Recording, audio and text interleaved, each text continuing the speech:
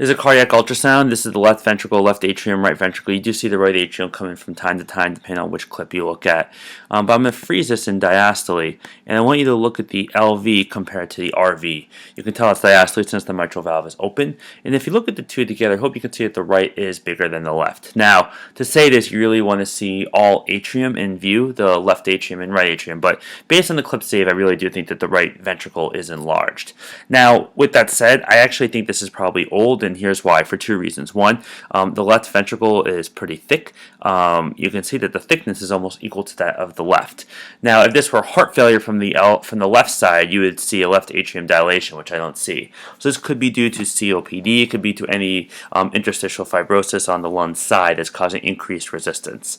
Another reason you can tell, so let's say this was an acute PE causing RV dilation.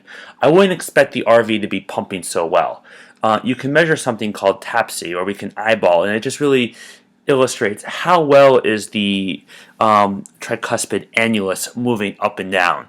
Unlike the left ventricle, when it contracts, you can see it's contracting inward and the apex is moving up. It kind of, squeezes together. The right ventricle, when it contracts, it really just goes in an up and down motion. It doesn't contract the same way as the left ventricle. So if you look at the tricuspid annulus right here, it's moving pretty good. And so just by eyeballing everything, if this doesn't look like a PE, or this doesn't look like acute frank increase in pulmonary pressure.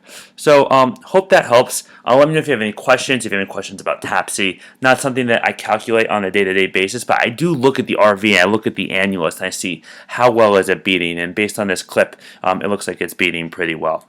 So hope this helps. Thanks.